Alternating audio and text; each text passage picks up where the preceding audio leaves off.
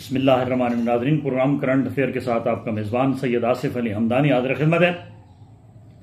ناظرین، آج chief justice supreme court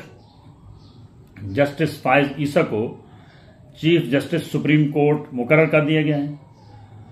اور اس کی باقاعدہ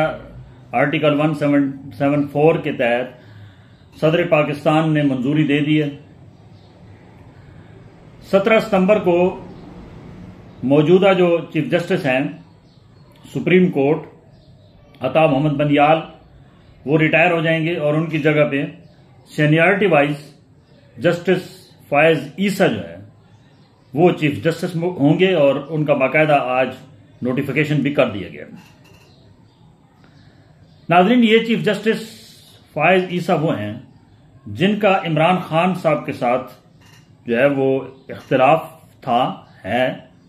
اور یہ عام تاثر دیا جا رہا ہے کہ یہ جو عمران خان کے جتنے کیسز ہیں یہ التوا کا شکار رہیں گے، کیونکہ ابھی تو چھٹیاں ہو گئی ہیں اگست تک. تو ستمبر میں جب نئے چیف جسٹس آئیں گے تو عمران خان کے گرد مزید گھیرا تنگ ہوگا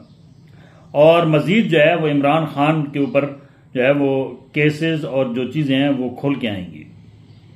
ایک لمبی چارج شیٹ ہے عمران خان کے خلاف. دوسرا، جو عمران خان کے وسیم اکرم پلس جن کو کہا گیا اور ایک کمزور ترین وزیر اعلیٰ بڑے صوبے پنجاب کا عثمان بزدار کو لگایا گیا، اس وقت بھی لوگوں کے بہت زیادہ اعتراضات تھے اور خان صاحب پہ اس وقت کے جو آرمی چیف تھے وہ بار بار ان کو یہ باور کرا رہے تھے کہ کوئی اچھا کام نہیں ہو رہا ہے عثمان بزدار کا، اور عثمان بزدار کے خلاف جو ہے وہ کمپلینز آ رہی ہیں. لیکن کیونکہ عمران خان صاحب کے اندر ایک بات ہے کہ وہ جس بات پہ ضد پہ اکڑ جائیں وہ اپنی ضد پہ قائم رہتے ہیں. یہ بہت غلط ہے، یہ سیاست میں ایسے نہیں ہونا چاہیے. انہوں نے بہت سارے لوگوں کی کمپلینز کے باوجود علیم خان، جہانگیر ترین، جو ان کے قریب ترین لوگ تھے، ان سب نے بھی ان کو آگاہ کیا کہ عثمان بزدار کام صحیح بھی نہیں کر رہا اور کرپشن بھی ہو رہی ہے وزیر اعلی ہاؤس میں. 2018 میں جب عثمان بزدار نے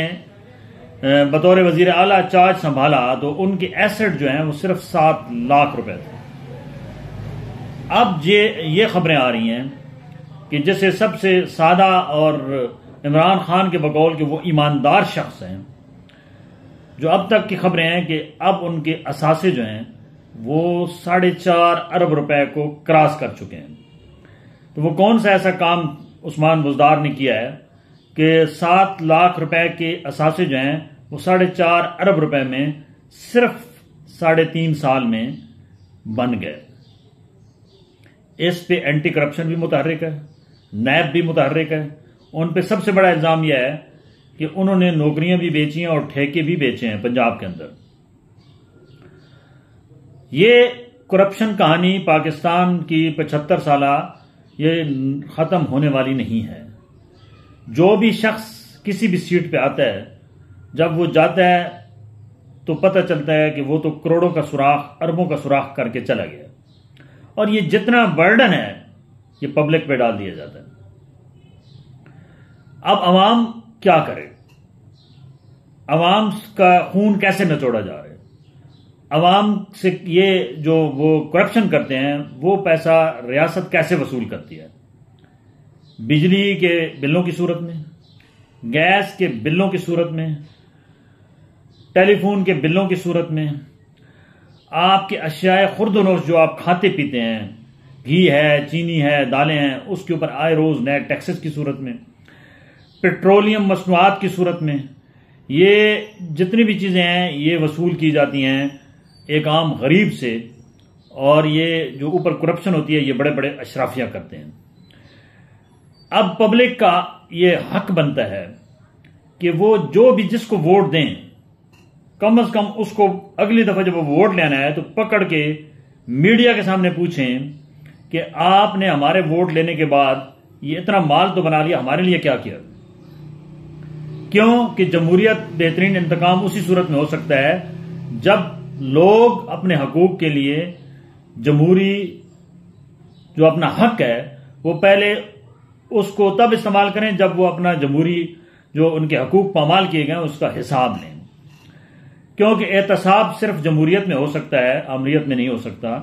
لیکن بدقسمتی سے ہماری یہاں جمہوریت اور آمریت یہ اس قدر مکس ہے کہ آپ تصور نہیں کر سکتے کہ ابھی جمہوریت ہے یا ابھی آمریت ہے۔ ہمیں تو یہی پتہ چلتا ہے کہ سویلین مارشل لا ہے اور کبھی فوجی مارشل لا ہے، کیونکہ جس سائے کے نیچے ہم سانس لے رہے ہیں